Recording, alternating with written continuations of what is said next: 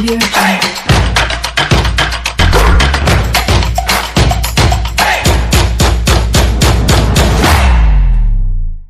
Jadi lamun anu nyeri hati anu punungan lain kaum.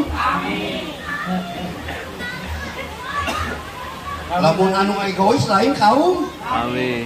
Anu sombong lain. Kami dari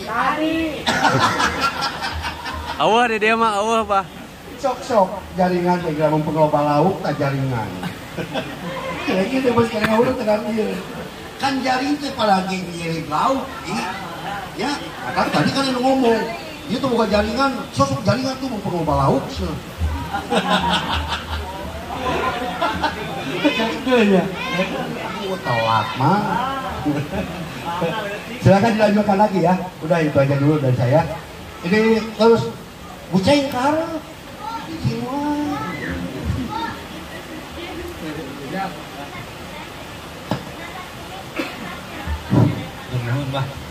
Assalamualaikum warahmatullahi wabarakatuh. Waalaikumsalam warahmatullahi Sudah beres wabarakatuh. kan ya? Kita pulang saja. Siap, Kak. Oke, ada lagi yang ditanyakan ya? Kan apapun yang dasari dulu nih, dasari dulu. Kenapa harus seperti gitu? Khairun nas anfa'uhum linnas, ketika kata Asep seperti gitu. Sebaik-baik manusia atau manusia terbaik itu adalah manusia yang bisa bermanfaat bagi orang Lain. Nah, itu berarti kita sudah disediakan ya di dalam tubuh kita itu tuh. Di dalam kehidupan kita, di dalam bentuk apapun kita harus dan bisa bermanfaat bagi orang lain. Dengan menggunakan apa yang ada, dengan melakukan apa yang kita bisa, berarti kan gitu. Oke. Ada lagi yang mau ditanyakan mengenai seputar pendan dulu, rekan-rekan sekalian. Nah, ceritanya pendan tuh. Oke, saya akan ajukan lagi nih. Awal kehidupan manusia nih kan kita itu dari perut ibu masing-masing ya, kita benar nggak, dari rahim ibu kita masing-masing. Di dalam rahim kan intinya begini, ada yang tersambung, terkoneksi ya antara tubuh ibu dengan tubuh si bayi tersebut, dengan kita, berarti kan gitu, anggap saja kita bayi. Itu melalui apa?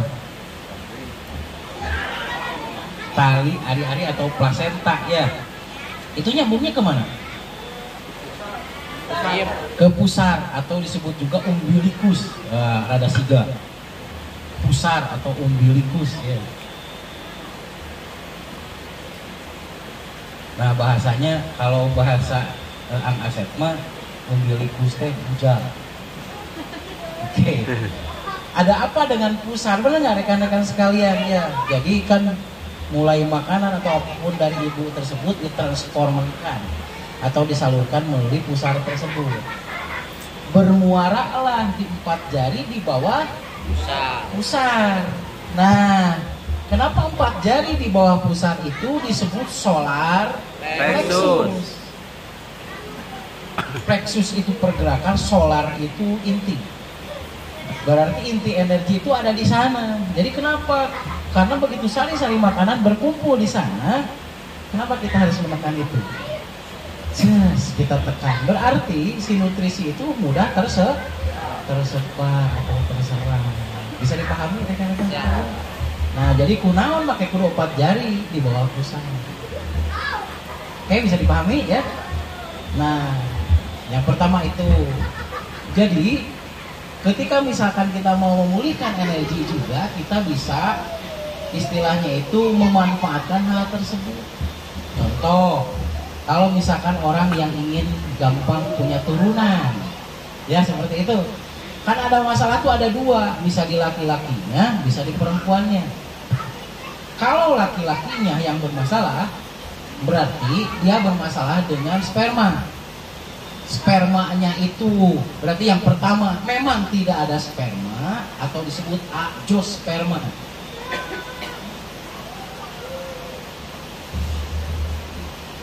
A itu tidak ada ya, tidak. Zoosperma itu berarti sperma, rangkaian sperma. Jadi tidak, spermanya itu tidak terproduksi. Itu biasanya bermasalah dengan testis sisikian gitu kan. Ya, itu kalau di laki-laki. Kalau di perempuan itu masalahnya itu adalah picos. Picos itu kan harusnya kalau sel telur itu bulat. Ini inti selnya.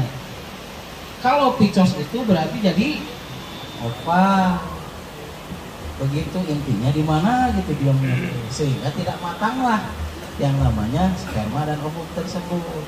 Jadi berarti adanya kita itu diawali dengan sperma yang paling kuat yang disemprotkan oleh si bapak dan ovum yang paling kuat yang ada di ibu. Oke, yang kedua masalahnya selain azoosperma, nah ada yang masalahnya itu bisa nih, nah kecebong apa yang gitu ya? Nah kecebong buyur. Nah kayak gini. Nah ada yang namanya tuh oligosperma. Nah yang disebut oligo tuh sedikit. Berarti tasi buntut teteh ponok tuh. Jadi lamun papangi jeung sel enok teteh gitu ya. Mun ponoknya mah kukurilingan heula teh. Geus leuleus ka kana nempel. Begitu akhirnya si pembuahannya itu tidak sempurna. Itu disebut oligosperma. Ada lagi rekan-rekan sekalian, ada yang poligosperma. Ininya panjang tapi bongus namanya. Umur. Bangus. Nah, temoncong gitu, rekan-rekan sekalian, kurang ini kalsiumnya di sini. Sehingga apa yang terjadi? Nempel nanti bisa asup kan dulu inti selnya. Itu poligosperma. Kenapa demikian? Karena berarti nutrisi yang tadi ada di umbilikus, di bujal, 4 jari di bawah pusat tersebut kurang tersalurkan. Berarti kurang tertransformernya, jadi kurang tersuplai gitu loh. Apakah ke laki-laki ataupun ke perempuan. Makanya kalau misalkan kita mau memanfaatkan pendan, apa yang harus dilakukan? Kita ketahui dulu, benar nggak? Di laki-laki atau di perempuan. Kalau di perempuan berarti si pendan tersebut dipakai oleh perempuan. Apa yang harus dilakukan? Simpel rekan-rekan sekalian, tinggal tempel. Nah yang segitiga yang 6 buah 7 buah ini kan ada yang 1, ada yang 2 buah. Ya itu ditempelkan di pas pusarnya sebelum tidur. Pakai plester, ces. Begitu itu yang harus dilakukan. Selain daripada nutrisi ataupun totok perut. Bisa dipahami rekan-rekan sekalian. Apa yang terjadi selain itu juga? Bagi yang misalkan mereka yang sering sakit-sakitan, kalau bangun tidur nyeri cangkeng, nyeri punuk gitu kan, nyeri tonggong, pegel sampai pegel kaki gitu. Nah berarti itu apa yang bermasalahnya dengan apa? Berarti bermasalah dengan proses penyerapan nutrisi juga di dalam pencernaan. Makanya yang seperti itu juga harus ditempel pendan tersebut sebelum tidur. Oke, dengan penggunaan yang baik, dengan posisi yang tepat, itu akan mempercepat proses dari pemulihan tubuh. Bisa dipahami rekan-rekan sekalian. Penyakit apapun, berarti kan kalau misalkan pendan sebetulnya bisa di closing, salesma wae gak bisa di closing. Kenapa demikian? Coba kebayang rekan-rekan sekalian. Kalau 4 jari di bawah pusar nih, itu mengeras, agak sedikit mengeras, bisa seperti ini. Anda bisa buktikan kepada nanti PJL. Saya berdoa rekan-rekan sekalian gak kena ya. Oke, gak kena yang namanya pilek. Kalau seseorang itu pilek, coba tekan deh 4 jari di bawah pusarnya. Kalau 4 jari di bawah pusar, kenapa nosnya itu, si mampetnya itu akan jauh berkurang?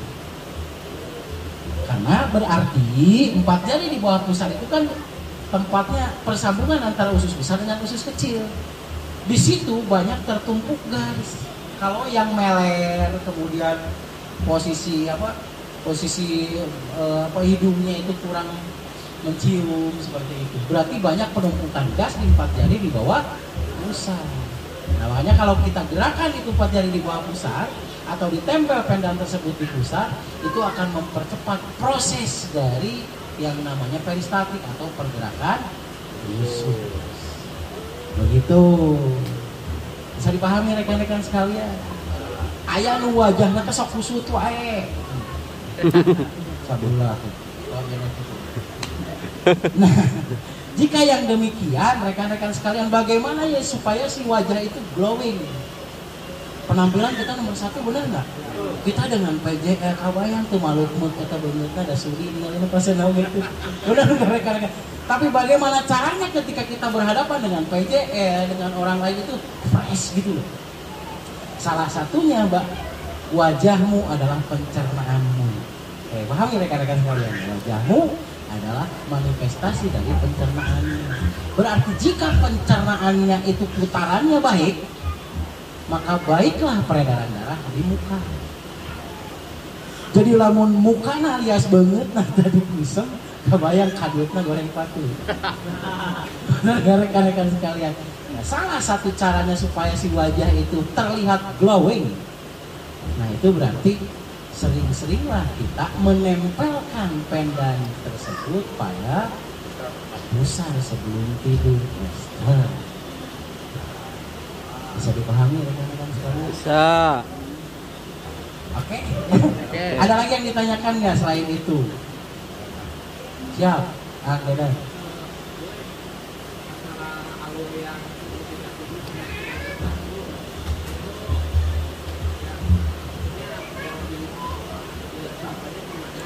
Jadi begini ya, kalau misalkan nih, kan tarikannya lebih kuat ya, kan sifatnya begini. Kalau misalkan yang segitiga 7 tersebut, sifatnya itu mengendar. Kang Dani kan ayah. Itu memancarkan, gitu ya. Nah kalau misalkan sifatnya yang segitiga itu adalah menyedot, begitu, memancarkan dan menyedot. Nah kalau misalkan kita mau menyedot, misalnya gini, ada orang yang kena bisa ular, tetok, misalkan kayak dipatuk ular ya. Yang bagian mana tuh yang bisa menyerap si bisa tersebut supaya cepat keluar? Tuh yang segitiga satunya itu, yang segitiga sama sisinya satu. Tuh itu sifatnya adalah untuk menyedot. Begitu. Kalau yang segitiganya itu 7 buah, sifatnya itu menyerap. Nah, itu memendarkan. Makanya kenapa kalau misalkan sedang orasi misalkan, nah saya kan lebih cenderung tuh dipasangnya tuh yang 7-nya itu di depan, karena supaya apa yang saya sampaikan nyampe. Benar nggak? Tapi ketika saya mendengarkan, saya balikkan supaya apa yang disampaikan tersebut kaserap terwabi gitu. Nah gitu rekan-rekan, itu masalahnya kan, kata siapa heksagonal tidak mempengaruhi, bentuk-bentuk apapun di dalam permukaan bumi itu sangat mempengaruhi terhadap apa yang terjadi dalam tubuh kita. Kalau kita tahu dan kita pelajari, begitu rekan-rekan sekalian ya, bisa dipahami ya. Kalau kita mau nyedot nih, nyedot berarti kan ini yang di depan nih, yang segitiga ini. Kalau kita mau memendarkan, seret gitu, nah, berarti ini yang di depannya. Makanya, kenapa kalau rekan-rekan sekalian sedang orasi ataupun sedang ke PGL ya, saya sarankan bahwa ininya yang di depan itu adalah yang heksagonal ya, maksudnya yang segitiga 7 buah. Begitu. Itu masalah energi. Karena seluruh apapun tidak ada yang terlepas dari energi, rekan-rekan sekalian. Senyawa eter dimanapun ada. Sebetulnya tidak ada hampa udara ya, karena senyawa eter itu ada di mana-mana. Begitu termasuk di luar angkasa juga. Seperti itu. Bisa dipahami rekan-rekan sekalian ya. Jadi kalau apa yang harus dilakukan, misalkan nih tadi lu ada bagian yang misalkan nih, ada bagian yang pegal ataupun sakit di bagian tubuh, yang mana yang harus ditempelnya? Yang ini nih. 377. Kan berarti ingin ya, kan si rasa sakit ataupun pegal atau apapun itu tuh kesedot ya. Berarti yang mana harus ditempel? Yang segitiga 1 berarti itu. Rekan-rekan sekalian ya seperti itu ya. Tapi kalau perasaan asa barang aku gitu, asa tariris gitu. Mana yang harus kita tempelkan? Yang heksagonal berarti. Begitu ya rekan-rekan sekalian. Ini masalah sepele sebetulnya. Di lapangan tak ada yang akurat ketika misalkan ada petunjuk nih di YouTube, lihat di YouTube, cas dilakukan. Bener lah sih. Boy cenah geus kajuara cenah itu. Ini sapeser ieu cenah. Duh. Ternyata memang itu sangat mempengaruhi rekan-rekan sekalian. Sangat mempengaruhi ya terhadap kecepatan. Allah penentu rekan-rekan sekalian. Tapi Allah memastikan itu atas daya dan upaya yang kita lakukan. Bisa dipahami rekan-rekan sekalian tuh. Jadi kudu aya heula syariat ya. Nah, seperti itu.